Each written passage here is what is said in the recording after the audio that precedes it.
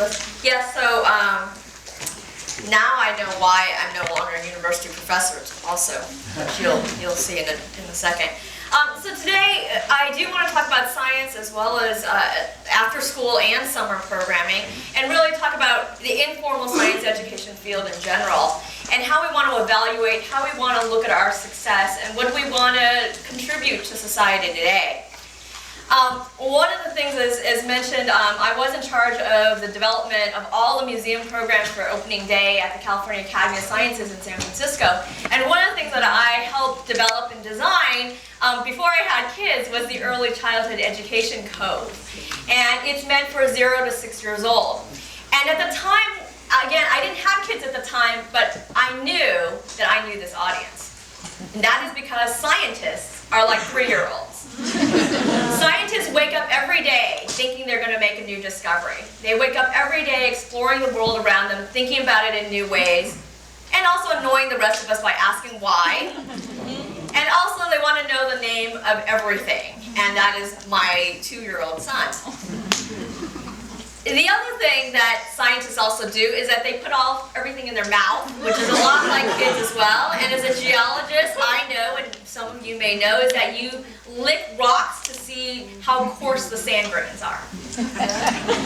So scientists are like 3-year-olds, okay? And if you take another analogy of mine, is that after school and tech companies are a lot alike. So think about Google. This is from their official Google Culture website. They have dogs, lava lamps, volleyball, and inflatable balls at their workplaces. And here is a picture from their official website.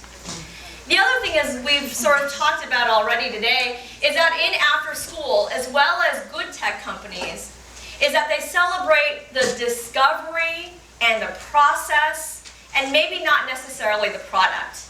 And one example of that is the FailCon. If you've ever heard about it, this is a conference where they celebrate failed.coms, and of course there's a lot of those.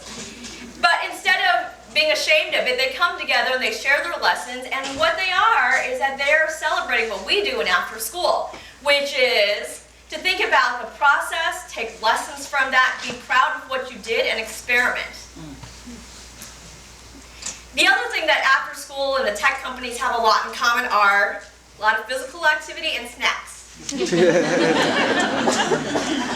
So if you think about both the fact that scientists are like children and that tech companies are like after school, then I think that you'll agree with me that STEM, science, technology, engineering, math, and arts, and after school actually have quite a bit in common. And again, I think that the best of both STEM and after school is that they celebrate creativity and discovery.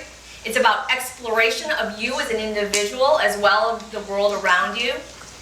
It's about self-direction. Many of you probably know, but one of the secrets to Google's success is that every staff member spends 20% of their time pursuing a project that they think is interesting. And again, that's something that's already come up in our discussions today. So self-direction is considered to be something that can be promotable, that should be encouraged, and could make a lot of money for somebody. The other thing about both STEM and after school and the learning and after school principles is that it is project-based, it's relevant to your world. Scientists are in it because they want to understand the world. Technologists and engineers are in it to solve problems. They want to sell something. There needs to be a product, but there needs to be something at the end and that you're sharing with other people. The other thing about the tech companies, and you saw on the last slide about Google, is that they believe in teamwork. That's why there's no cubicles, right? People are supposed to share. You're supposed to talk to each other. You're supposed to talk to new people. And again, that's something that after school and STEM, I think, share with each other. So besides all these more philosophical things, I think today's economy and the kinds of challenges we're facing in our health, our environment, our energy, is that there's both a need in after school and STEM to address career development and economic justice. And here's a fact for you. If you graduate with an associate's degree from a community college in a science, technology, engineering, math degree, you make more money than 25% of the PhDs who have non-STEM degrees. And if you look at master's degrees, an AA associate will be, I think, 60% of people who have bachelor's and master's degrees. So for me, I think of youth development after school. STEM is not only a path to economic justice and community stability, but it's also a path to society, to our American stability, our American innovation, and American economy. So I think right now, this very time, it is just the greatest intersection between science and after school that we've had in quite a bit of time. And in fact, that was recognized in 2011. It was declared the Year of Science and After School, and many of the professional organizations that you're a member of, as well as policymakers and the funders, several foundations were involved in this, is that this is what a coordinated effort on science and after school and summer learning happened. And part of the reason is because there's an acknowledgement that classroom science teaching is there's just not enough of it, and we're not producing the amount of scientists that we've been trying to produce in 20 years now. So if you look at the latest study, 2011, is that in California, elementary school classrooms are teaching 1 hour per week. 40% of them are teaching less than an hour per week. 13% of them are teaching less than 30 minutes a week.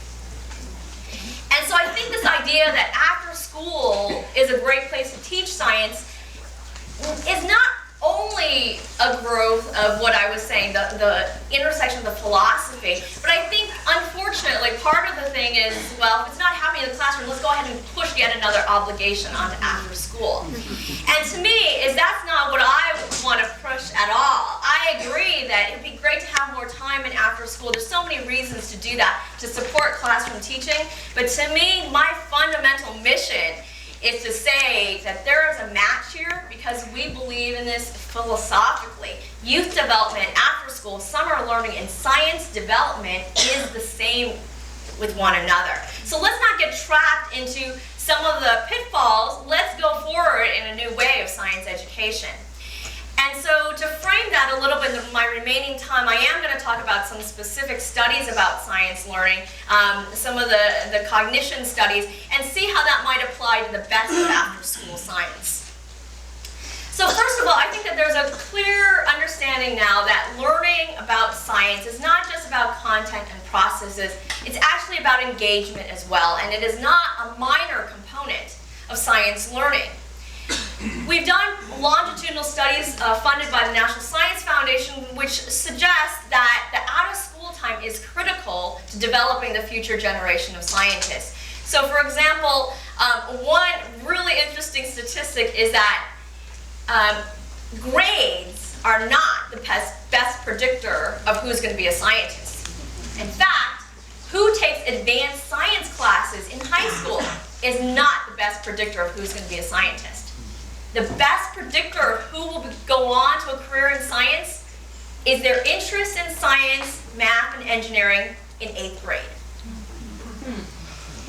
And if you interview professional scientists, Nobel Prize winners, they're going to tell you that much of the time, their interest in science has to go with an after-school club, a field trip, a museum, a zoo, a hike, an uncle that loves science. That's what inspires many of the professional scientists today. So therefore, if we're talking about using science as a way to look at the workforce, engagement, what we do in out-of-school time is critical.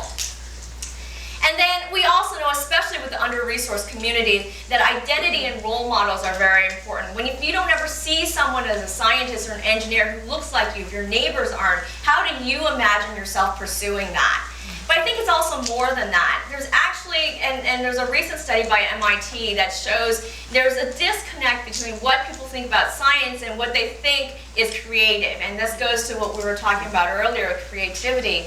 But people don't think of a scientist as someone who has a life, who can be funny, who can talk to other people, who has interests and hobbies. But a scientist is someone who is a person you might become.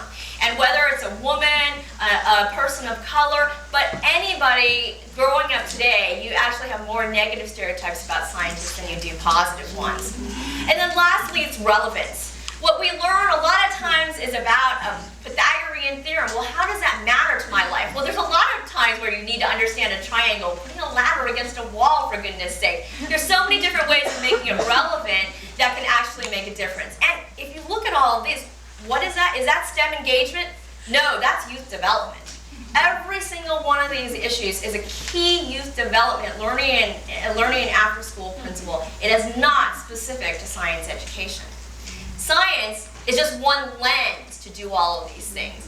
One lens to promote creativity, self-confidence, economic justice for yourself. Science is one avenue to do all of the youth development goals we've had for so long.